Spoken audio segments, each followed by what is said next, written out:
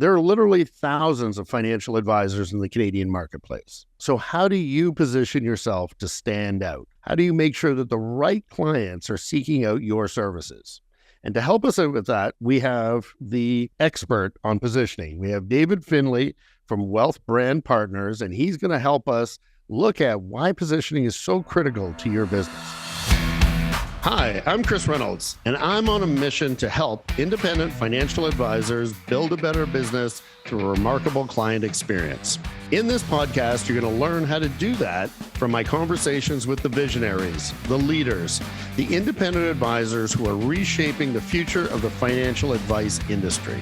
At the end of each episode, you're going to walk away with an actionable idea that you can take and use right now, and it will help you to build a better business today.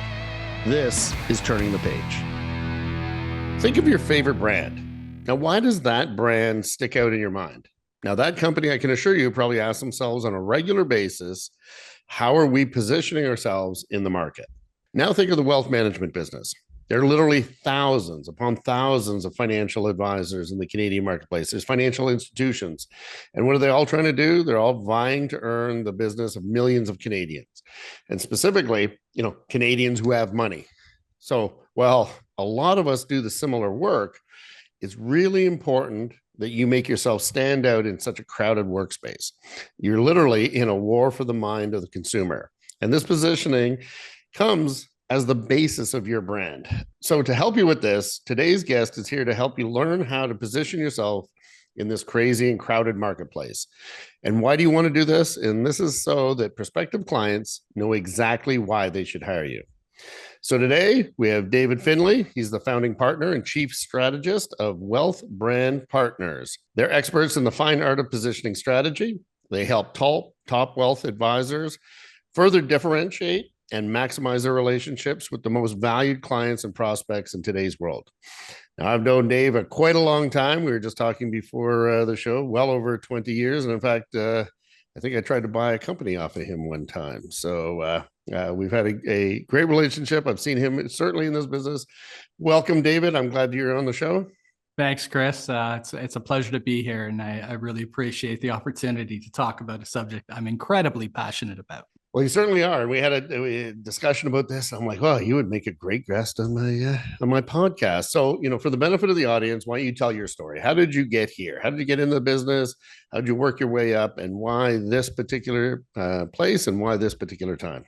Yeah, thanks, Chris. I started early 90s, like a lot of people in our business, when the demographics of the baby boom was just starting to save a lot of money, and it was kind of the go-to career path. So like many of us, I jumped in and around 93. And throughout those years, it's 30 now. Hard to believe. Don't let our audience know that. Yeah, don't like to age myself. But, over 20 years is the line I use. I've done a lot of different things. I've worked for the banks, the bank-owned firms, as an advisor, as a manager. I've worked for the independents. That are well established in Canada, and the big ones. And uniquely, I started my own firms and these little boutique things that had kind of a nuance to them or a specialty to them. And, throughout the 30 years, I never, a lot of ups and downs, to be fair. But I never really knew what was the one thing that was driving everything I did. And it was only in the past, really 12 to 18 months that I, at the young age of 40 or whatever age we joke about, yeah. But I started to say, okay, you're now, a late stage Gen Xer, and why don't you kind of really do what your whole career has been kind of built on? And as I look back, there was one theme that happened regardless of where I was, right. Is I was helping either businesses or advisors position themselves. We'll talk about that in a little bit more detail, but it struck me as there's this discipline in big M marketing called positioning. And if I look back at all my little stops along the way, it had a role in what I did. And, one quick little story is that I'll remember being in 1993, walking through the concourse in downtown Toronto, and I ran into somebody who I had just met or just been introduced to. And he, well-known asset management founder from way back. And he said, what are you up to? And, I'm a fledgling advisor. Right. And he goes, one book you have to read. And it was called Positioning. He goes, this book will shape your whole career if you truly digest it. And at the time, I'm like, yeah, whatever. But again, looking back 30 years. So I have a history of a very, very different career path in wealth management, but it's all reflected back on this passion of the topic we're talking about today. Now, you specifically help top advisors right across North America, right? It's not just Canada. You also work in the US. Correct. And you help them with positioning. Now, just for, you and I probably have a similar idea of what this means, but for our audience sake, what does actually positioning mean and why is it so critically important? Positioning is, if you think of big M marketing, like big M marketing, and I think that's, people bring in the concept of strategy, they bring all these other kind of, it's everything. And it's really messy, right? Marketing is everything. It's client communication, it's getting, client acquisition and so on. But if you actually break it down into three kind of pillars, there's positioning, there's branding, and there's marketing, small M marketing. Right. And the distinction here is positioning is how you want clients and prospects to think about you. Right. It's very, very mind, it's very, very, very much about the mind. Branding is how people feel about you. Like it's the warm coat you put over. And you and I have talked for years about this, people affiliate with some firms because they want the coat around them, like they want the brand. But that's not necessarily, on the positioning side with respect to thinking. And then marketing is, what are people going to do? Like, are they going to sign up to a webinar and so on? So that's the easiest way for me to describe what positioning is. It's focusing on how you want the market you want to work with to think about you. Right. And I think that's critical, right? Because that is, I've heard it termed another way. What do people say about you when you're not in the room? Right? That's, and you want that speech to be given to them, not them having to think it up. And you talk about, and I've read some of your materials on the battle for the mind of the consumer. And that's critical in every industry. And certainly the wealth management industry is, there's so much competition, so many people in the space, big players, small players, niche players. So why is this getting harder for advisors? Why do you see this battle for the mind of the consumer becoming like raging and becoming harder and harder? Yeah, there's a long list of reasons, but the big ones are, first of all, like we're in an over-communicated society, right? Like everything we look at and touch now, there's so much information. So that's kind of like this big, huge layer that sits on top of everything. But in the wealth advice business, and this is on both sides of the border, and quite frankly, I've been surprised at how it's not very different in terms of how the consumer looks or the client thinks. But we have a legacy, right? So the demographics of our business have grown up with our industry.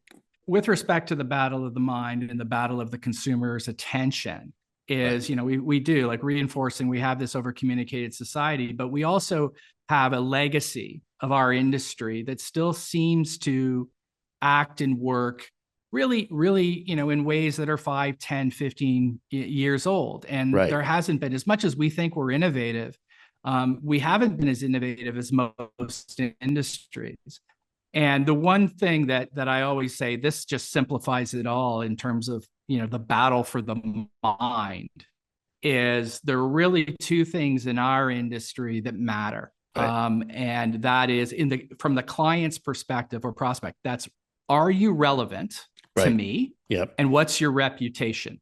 That's it. And then there's a lot that falls out of that. But those two are the primary categories. And that's how people will think about you: relevancy and reputation.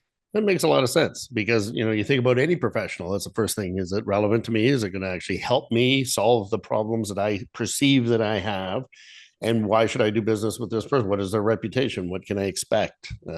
So, and so why is that, whether it's positioning or repositioning advisors so important today? What's changing in the market? You said that, hypersensitivity, hyper competition, advisors thinking, 5, 10 years ago, maybe 20 years ago. Why do advisors ignore it, and what should they be doing about it? I mean, really simply, it's demographics. That is the primary Mm. driver of our industry. And today, well, we've been talking about it for years. The client, we've got, advisor succession coming down the path. This is what we were saying 10 years ago. We have clients that are aging, but for the first time, it's happening. Like Right. it's live. And so there's no more like research reports that you have to read and speculate what it's going to be and how it's going to unfold. Every single day, your client is aging. So the issues of longevity are huge. Right. The issues of women and wealth are huge because they are the disengaged spouses of the longevity question. Right. So this is a big deal. And then you have the generational stuff that's going on. So there's this money in motion that we have talked about for years. Yeah. That's live right now. And then Yeah. you couple that with advisor succession happening at exactly the same time. There is more money up for grabs. And this is why advisors, the smart ones, are seizing, right? They're like, okay, like I got to rearrange my practice. I got to focus on relationship management, empathy, all of those other, psychological things where, a lot that aren't, their business's value by the time they retire is going to fall is my view. Yeah, well, you're saying a lot of it. And, speaking of social media, for adult male, I spend far too much time on TikTok. But I was just watching it before this program, and it was Warren Buffett saying, the thing that people have to watch out for, business owners more than anything, is complacency and irrelevancy. And that's, if you look at, many, many companies who were once the top of the world become irrelevant. They became complacent. And I think that's somewhat we're seeing in this industry as the demographics change out from under people. They're not staying relevant. They're becoming complacent in the success that they've had. And that success somehow starts slipping away. So if I'm, if I'm an entrepreneurial wealth advisor and I want to get started, how do I get started on this positioning or repositioning as you term it? The first thing you can do, which is really easy, you just alluded to it. We do it for everything we do in life. Google it. Like truly Google the word positioning, competitive positioning for advisors. This is like an entryway for everything in our lives now, but you will just be, or if you're using chat now, chat GPI, like go in there and Google the question, you will get a book on the topic. So that's a really good way just to go, well, is this something that is of relevance to me? And then quite frankly, Chris, it's kind of why I decided to do what I do. There's not a lot of practitioners that have narrowly focused themselves. Now, I'm running, webinars all the time. I'm happy to talk to people and this isn't, this is my passion. And I know, people will, well, yeah, David, of course, and you have a business for it too, but I truly love talking about this. And so there are a lot of sources. And if you go to your favorite bookstore, buy the book Positioning. Yes, it's 1969. It's dated with the examples of the companies, but you're all going to go, oh, that's relevant. That's relevant. Yeah. No, I think that's always the first way to do anything. So now you're seeing the importance of positioning in your business. And I've gone through this. I've gone through how to position a company, but I also went through this as an advisor. So if you ever want to have a virtual coffee and talk about your positioning, just go to the show notes, click on the link there, and we can set something up. Now, you've worked with a lot of advisors going through, this and, this process, and some of them are very successful at it, some maybe not so much. What are the mistakes you see? What are the things that really hold people back from being successful in this endeavor? I think it's like anything with strategy. You have to have a willingness, right, to look yourself in the mirror. This is the biggest issue of all. You have to be willing to look yourself in the mirror and be honest. You have to be willing, so for the teams that I've worked with where it's a home run, they show up willing. Like Right. they know that this market is changing before their very eyes and that their business is at risk or the value of their business is at risk. So, they have to have an open mind, like, so the right mindset. And Right. typically, as you know, like, 20 or 30 or 40 years in this business can harden people. So that's Right. an issue.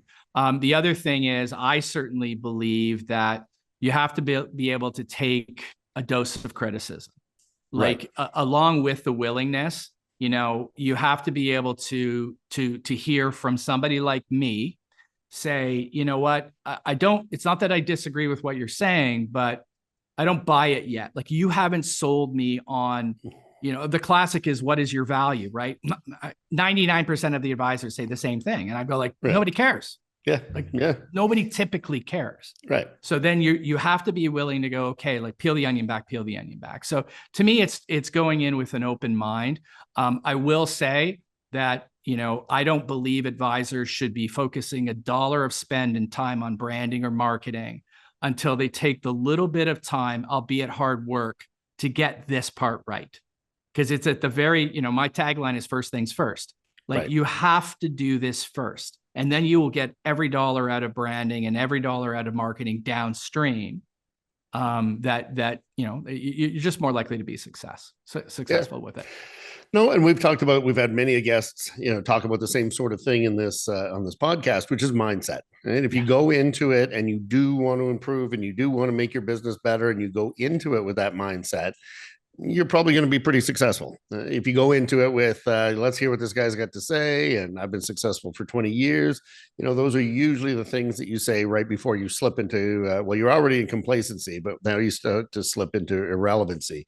And I think also, from somebody who's gone through these exercises with not only advisors, but with our own organization and, positioning and then branding, and I think one of the other ones is you can't be everything to everyone, right? To be positioned, you also have to really understand who your market is and who you can help.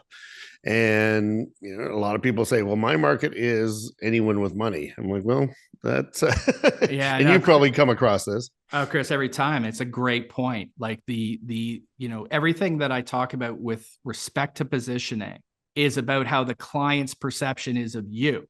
It's not how you think of yourself. And unfortunately, in our business, we have always said, well, if you're big and you have high production, then that defines success, which definitely showed, what you've been able to do. But if you're going to make some changes, you kind of got to step back from that. And I think that's, that piece of, the mindset and thinking, putting yourself in your client's shoes, like, and it's not easy. It's not easy.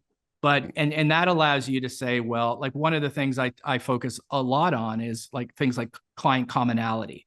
Like, what's your commonality in your client base? I'll focus a lot on specialization, and I hear it, like, well, I think full service is a dangerous word because it implies you do everything, right? Like, Right. we're just going to make sure that we serve everybody. But, I'm a huge proponent of, you have to specialize. But specializing, it could be, I specialize on people that are 72 years old. Like, you can specialize on whatever market you choose to want to be in, but you need to nowadays. And it gives you something to do content on. It gives you something to build your brand identity around. And that's how you're going to separate yourself today. And you see it, like, the teams that are growing, like, really, really growing today, they've fully bought into this. And in 1,000 different ways, but they've fully bought into, okay, my footprint or my Trojan horse is a specialty. And remember, every specialist is also a generalist. Right. I say this over and over and over again. Right. So yeah, no, you got to focus on client segments, avatars, all these fancy words people are using today. But to your point, it's true. You have to start with the client. You have to say, why am I relevant to this, group of client? And you're hoping it's a large enough demographic with a large enough issue that you can solve, and and they should recognize that in you. And I think that's what you're saying from which is positioning is, if these are their clients, I should be relevant in that market and I should have the credibility to solve their problems. Yeah, and one of the things I've done for one team, but it's stuck now, is a lot of times client segmentation is done in the dark room in the back, right? People don't talk about it. But if you actually think about it, you should make your client segmentation strategy public. Right. You should be very, very public. And I presented this concept called generational doorways. If you're trying to serve an audience of millennials to silent or baby boomers, create different doorways for them and make sure that those doorways speak to them in their language. Make sure that the solutions solve their problems and the content that you're marketing to keep them engaged is unique to the doorway. And because I often find that the generational issue is one of the big topics, but people will say, well, I'm going to I'm going to talk to my clients and make sure I engage their families. Like, how? Right. How? Give me some specifics How? here. And the kids are like, no, I don't want mom and dad's advisor. But if you were to say, you know what, we serve these generations very differently, and we have advisors and associates that take a different approach to each of them within our team structure.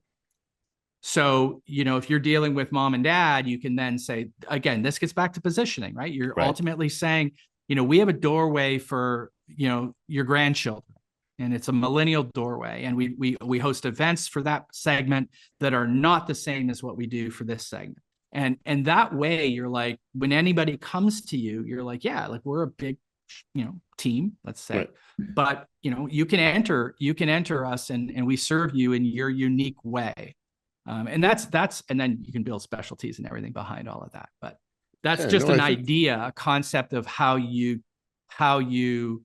operationalize positioning. Right. Right. And I think it makes sense because, as I said, it goes back to what is it your client really wants, or your targeted client. It doesn't have to be your client today. It might be the client not that you have today. It might be the client you want tomorrow. So that's another nuance, I suppose, in the positioning game. Correct. Yeah. So what, as we kind of think about this for some examples for our audience, do you have any like sort of examples of success stories? Because I can imagine there's going to be parts of our audience that are like, whoa, this seems like a lot of work. Like, what's in it for me? Like, what's going to happen at the end of this? And I think we've given some good, reasons why, but do you have any concrete examples? Yeah. So I'll give a little call out to how I do it, and that'll just help kind of frame it. And then I'll use one great example. Yeah. So I have a methodology to how I approach positioning. So it's more science than it is art. I think you have to deep dive and assess via a questionnaire, a very sophisticated questionnaire that looks at questions around reputation and relevance on an existing practice. Because I want to know, where are you positioned today? So that exercise and getting really, let's call it a profile of, your positioning placement today, then can be used to kind of build, where do you want to go with your positioning and what do you need to work on? It's an intense time of thinking, but it's not an intense timeline. Right. It's not a long time. Yeah. My engagements are 4 and out, like they're 4 weeks. Right. And I usually spend about, I would say, 6 or 7 hours with the team. Now I've got a lot of tools that are collecting the information, but I'm spending a lot of time in the background, taking the information and analyzing it. Now, for success with respect to a team, this is a great example because I think it's uniformly, any team that's kind of over 150, 200 million would fall into this. So here's a team, they're in Western Canada, $500 million in assets, a huge number of team members, 2 locations, so 2 cities in the province. And when again, like, it doesn't appear to be rocket science, but they would tell you, like, you just open the door for how we think about it. They had this wonderful thing called team, and your people are your everything. So I said, you're not empowering your team. Your team is one of your pillars of positioning, but nobody would know it. Nobody would think that team, that just the team, the concept of team, the ecosystem, how you work together, why each of you came to be together, like all of those factors, that is a pillar of positioning. Because people will go, oh, there's this wonderfully constructed team of experts that are good people. They're like family, like all of these other things. So I went into this, highlighted that, and then found two other really pillars of positioning within this group. And they're hugely successful. Like I don't think I rarely work with a team that isn't, because most teams that aren't Right. don't want to. They don't exactly. care. They don't care. But these are ones that say, listen, I've got 10, 15, 20 more years, and we want to have a good continuity plan with succession and so on. So that team's basically, I said, I took what they already had. Right. And that's why I use the word repositioning. And I refined. And I said, nobody knows this. Nobody knows. Nobody is thinking what you're selling and what you are. So we have to work to that. And then, out of the exercise, we came up with 3 core pillars of positioning. There's about 10 or 12 strategies that come out of that. And then you have a document that you can then go to branding, marketing, practice management, whatever department you need to help optimize it and go from there. So I like to think that you should be able to do a positioning strategy in a month, if you're willing to dedicate a couple hours a week. Yeah, no, and I think that's reasonable. And to your point, you're working with people who are already successful. And I think in most people's mind, they have an idea, but it's solidifying that positioning so that you can be sharper on your marketing, sharper on your communication, sharper on, all these things that you're spending money, hopefully to get a result. So, I certainly can see it. No, this is great. This has been helpful. So now I don't know if you heard my show, but I always do the rapid fire at the end. So I got 3 questions for you. Yep. And each question, it's the first thing that pops in your mind. So the first thing, David, is what are you most passionate about? And I think positioning. I know the answer. I think I know the answer here. 30 years of a whole positioning. show on that. Yeah. What is your most memorable client interaction? I think it's actually, interestingly enough, it's positioning firms. So, and in a very small market. So I won't name the firm, but literally with a smaller boutique firm, helping to position them in a market that has, as you well know, a lot of amongst advisors, a lot of questions about why is this firm different than any other in brackets independent. So, and I could say that with individual advisors too, but no, my best experience uniquely was with a small firm that wanted to try and find their place. I love it. And how do you want to be remembered? Now that I know, after 30 years in the business, clearly, if I can walk away 10 years from now, and that aging myself again, but not, if I can walk away and I helped, let's say 250 teams or more reposition themselves for the next plateau of their career or their way out. So I helped them design a transition, and where they got the most value and their successor got the most value on the way up after taking it.